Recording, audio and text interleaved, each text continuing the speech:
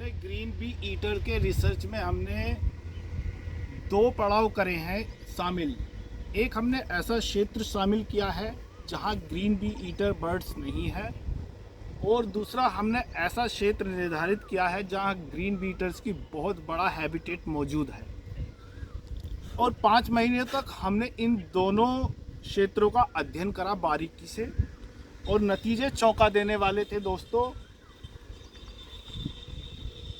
जहाँ green B eaters की मौजूदगी सबसे ज़्यादा है, जो इसका नेचुरल हैबिटेट है ग्रीन बी ईटर्स का, वहाँ हमने पाया जो वहाँ आसपास होने वाली कृषि है, खेती है, उसको कीटों से बहुत ही कम, मान लीजिए 100 में से 5% नुकसान हुआ है। और जहाँ ग्रीन बी ईटर्स नहीं है वहाँ पेस्टिसाइड्स का इस्तेमाल करने के बावजूद भी किसानों को कीटों से औसतन नुकसान हुआ है। तो इस रिसर्च में हमने पाया है कि ग्रीन बी ईटर्स अपने आप में एक ऐसी नायाब बर्ड्स है जो कृषि को ना तो नुकसान पहुंचाती है, क्योंकि ना ये किसी प्रकार का दाना सीड्स नहीं खाती है। ये पूरी तरह से कीटों पर और लार्वा पर निर्भर है, और बहुत ही नायाब पक्षी है।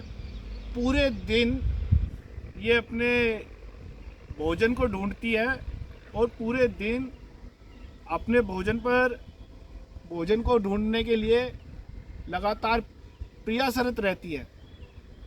तो इसका आज हमने जो इसके नेचुरल हैबिटेट है, ये घोंसला तो बनाती नहीं है दोस्तों, मैं बता देना चाहता हूँ। आइए,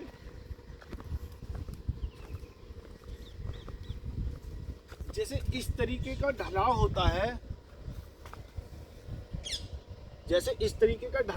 है, उसमें जो गड्ढे हो जाते हैं, होल्स हो जाते हैं, या कर देती है ये चिड़िया होल, तो उसमें ये रहना पसंद करती है। दरदरी मिट्टी होती है और इस तरीके की ढलान होती है। यूं नहीं होती ढलान, यूं होती है, यूं जमीन से कुछ यूं, क्योंकि इन्हें सांपों से सबसे ज़्यादा खतरा होता है। तो ये इस तरीके की ढलानदार चट्टानों, दरदरी मिट्टी वाले, बुरबुरी मिट्टी वाले टीले पर अपने घोंसले बनाती हैं। और अगर सांप चढ़ने की भी कोशिश करता है तो दरदरी मिट्टी होने की वजह से वो गिर जाता है, चढ़ नहीं पाता, इनके आवास तक, इनके हैबिटेट तक पहुंच नहीं पाता। जिससे हमने पता लगा है कि ये बहुत माइंडेड चिड़िया भी है, बहुत शानदार काम करती है। और आगे हम और दिलचस्प खुलासे करने वाले हैं इस बर्ड्स को लेकर के, तो हमारे साथ बने रहना। धन्यवाद दोस्तों।